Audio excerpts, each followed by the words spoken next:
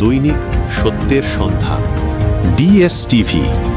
ইতিমধ্যেই প্রথম আলোর অফিস, আপনারা জানেন আজকে বিপ্লবী ওসমান হাদি তিনি কিন্তু চিকিৎসাধীন অবস্থায় সিঙ্গাপুরে কিন্তু তিনি মারা গেছেন।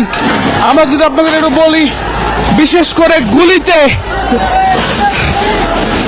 আহত অবস্থায় তিনি কিন্তু এতদিন চিকিৎসায় ছিলেন। এরপরে কিন্তু আমরা দেখতে পাচ্ছি,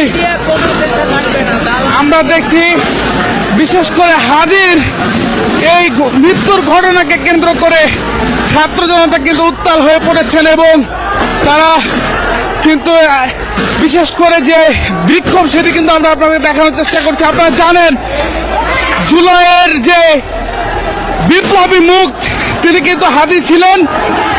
আলোর যে অফিসটি রয়েছে সেটি এখন বিক্ষুব্ধ ছাত্র জনতা কিন্তু ভেঙে গুড়িয়ে দিচ্ছে।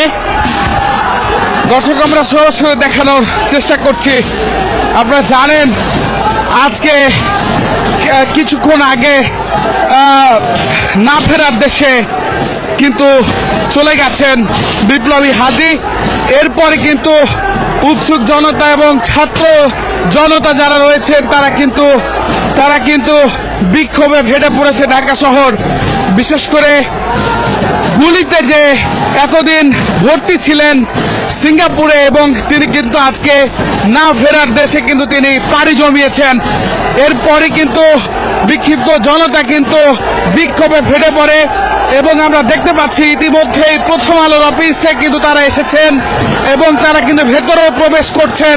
আমরা বিশেষ করে প্রথমার যে গ্রন্থাগার ছিল সেটি কিন্তু আমরা দেখছি তারা কিন্তু ইতিমধ্যেই ভাঙার চেষ্টা করছেন এবং বিশেষ করে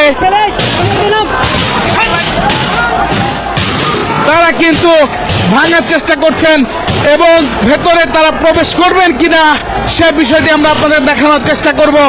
বিশেষ করে আপনারা জানেন এই জুলাই গণ অভ্যুত্থানে আওয়ামী লীগের পতনে জুলাই অভ্যুত্থানে বিশেষ করে